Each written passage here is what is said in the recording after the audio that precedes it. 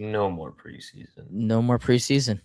No more These are big preseason. trophy guys. This is the trophy of the season. This is like the midway between preseason and the actual league startup, but this is Right. for me is the start of the Premier League season every year, and that might be because my team has been part of it a lot of the time. Yeah. But that helps. for me, this is what we do, and this is the jump start to the season.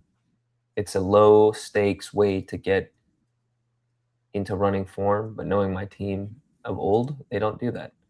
So yeah, at the start of the preview, like I just want them hit the ground running, like we've been doing, and I want to give them hell for the fullbacks, the outside backs for Arsenal struggled in the last game, and our wingers have been really good. Like I just want chaos and hell for them. Who won the Community Shield last year? Palace? Community Shield curse Mila, or is it a new slate, fresh slate? I think we talked about it. Maybe it was in person. Maybe it was on the was pre-recorded pod. But who knows? Could have been a Pep thing. I think they just need to go out there and start as hot as possible. So if that means winning a Community Shield as your first trophy, then go get it, snatch it, and then we'll go from there. We'll win the next trophy coming up. Carabao. Yeah, I think there's a certain edge to this game. Like, I know that it's preseason, and I know that it doesn't mean anything in the grand scheme of things, and it won't. But teams also don't like each other. Yeah, and even like we saw it. What, that was 2 years ago, where Arsenal beat you guys on pens in the way that they celebrated. There is animosity, and I think it has a little bit extra than the normal Community Shield. Like even the Palace one, like it was a bigger one for them, and like they got up for it. But like the ones in the past, it's just kind of like, yeah, it's the start of the season. We all get back in the groove. No one really remembers the Community Shield. Mm-hmm. This one feels a little different. Like Arsenal finally got over the top, right? And they've had a pretty bad preseason from the looks of it, right? I don't watch Arsenal preseason. And I'm going to say it's bad without watching a minute of it. Right, yeah, that's what it looks like. And then from the City perspective, you guys have been really good. And this is the start of a new era with the new manager. And I think that it psychologically can play a really big role. Like where I think City sides in the past, 2 or 3 seasons have started off a little slower. Mm-hmm. Right? That's been something we've talked about. This could 4 be a kickstart. So over the last 5 seasons with Pep, they've started off slow. That was just what Pep did, is like calibrating earlier in the season, whereas this seems a little different, a little more just we're gonna try to overwhelm them, City of old type vibe, and I'm here for it. I'm so excited. I'm excited for it too. I actually really like the Community Shield, and maybe it's just because we don't have so much Premier League, and then we get Premier League action, and it's just like, oh, nice.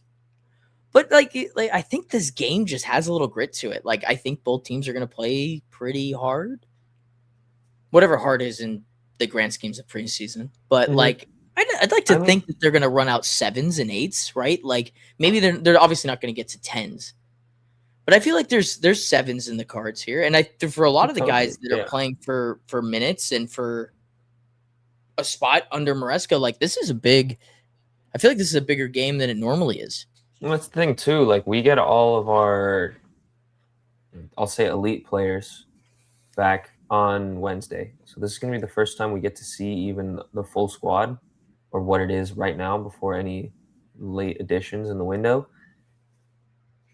We get to see Holland plugged into this system where the wingers have been taking their fullbacks one-on-one and creating chances at a high clip.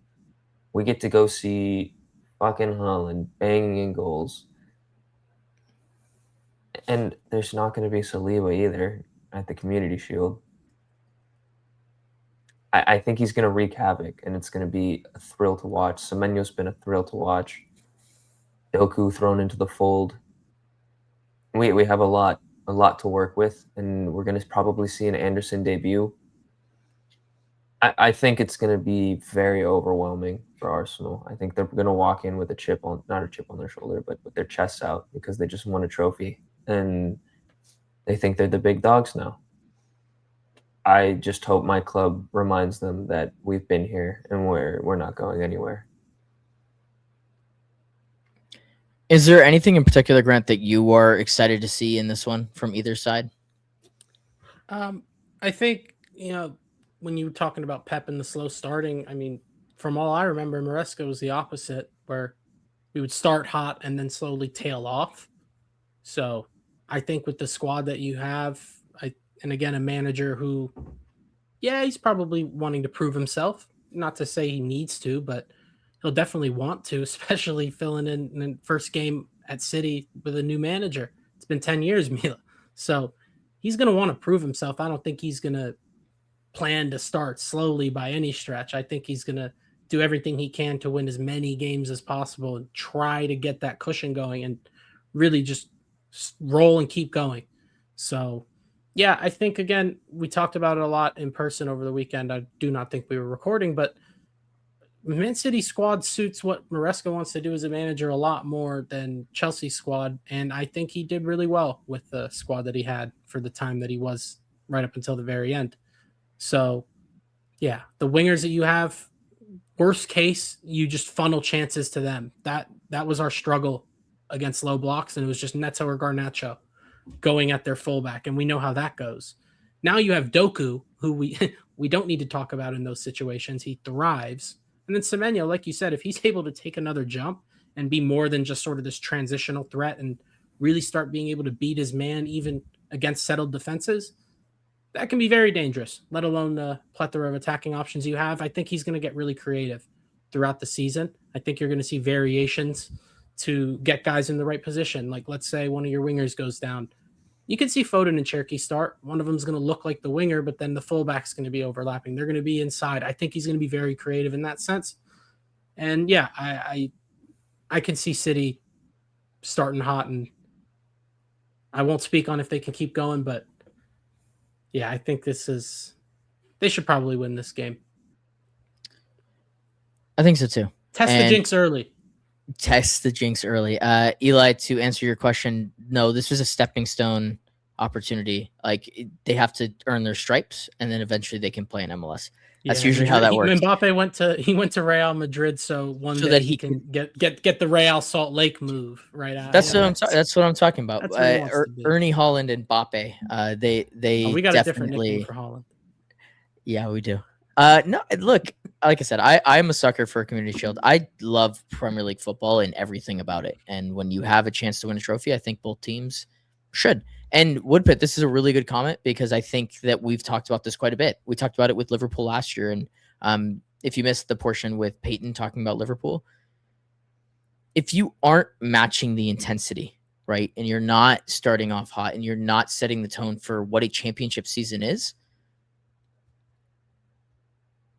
you can cut off pretty bad. We talk about it all the time. Like, if you can't win a Premier League in the early portion, but you can absolutely lose it. And Arsenal, mentality-wise, if you can come out and beat City when they're not probably at their strongest, right? Like, even in a Community Shield, it could be a mental thing for them. We don't know, right? Arteta tends to do this thing with mentality, but I'm assuming this is how he's probably playing this. And he's probably trying to spin this. Is like, guys, look, I know we're not at our strongest. A lot of our guys were away. This preseason game doesn't mean anything in terms of the silverware shouldn't matter, even though he has totally said that the Community Shield has mattered. He has mentioned that many times before. I think this, for Arsenal, this could be the start of what could be a very good season for them.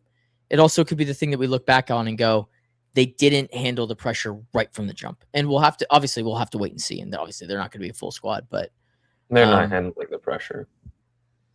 I don't think so, but yeah, no, go ahead. That was it. Okay. No, but I think to the point of having that drop in intensity, that I feel like we do see that happen often. With the context of Arsenal and what they've been these past few years and how long it took them to finally get over the line, I definitely think you can argue, and I know Facundo would argue, that it can have an opposite effect of you're finally free.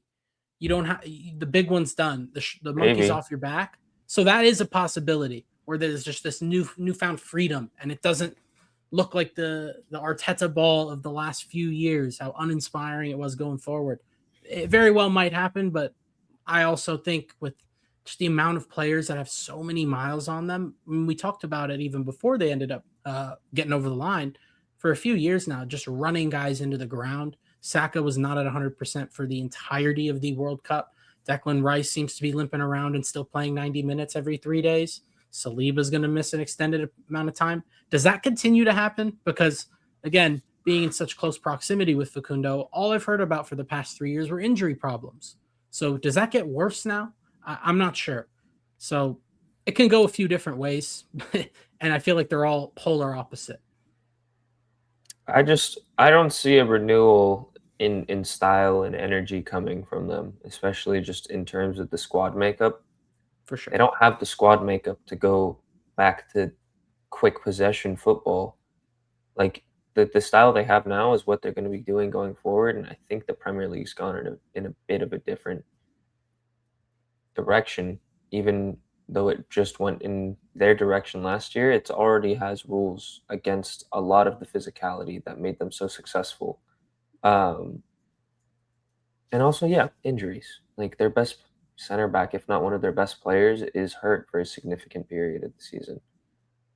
So they're gonna have to have people fill in for him, and for a backup to be in that position when you have a gigantic target on your back, because not only are you champions of the Premier League, but you're fucking obnoxious.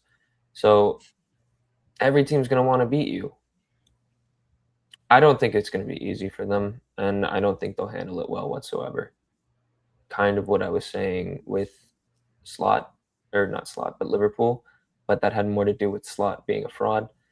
I just think, yeah, what Pitt, like Saliba being out is huge for them, and like Dylan was saying, like it can get really ugly quickly in the beginning, and that's not the be all end all, but it can have a massive impact, and they're gonna be just behind it, I think, to start off and not able to catch up. I don't think they'll have an abysmal like 6th or 7th season, but I don't see them coming close to the title this year. If I'm wrong, fair play.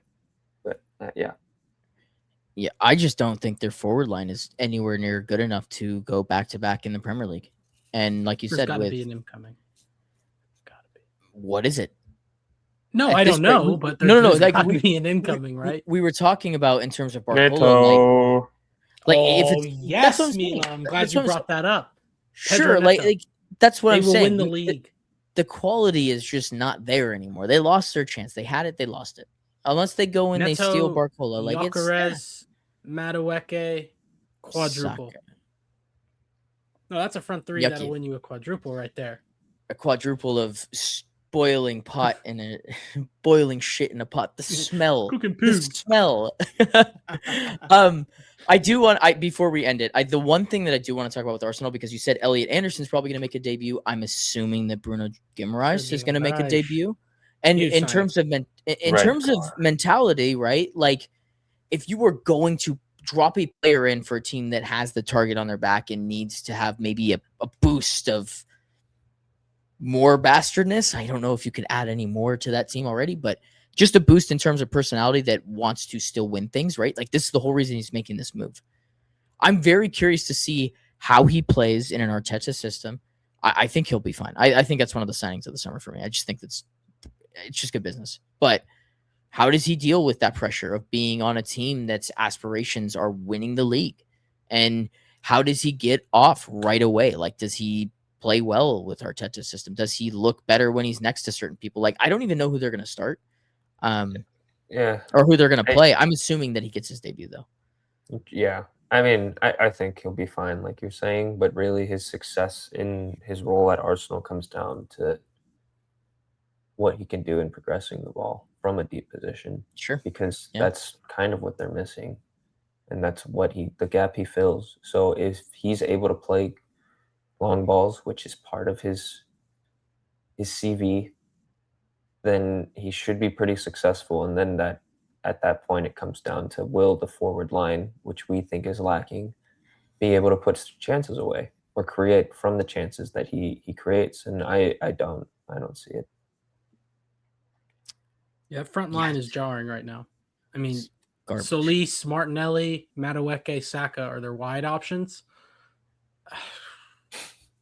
Man, Gyökeres and Havertz. The spell.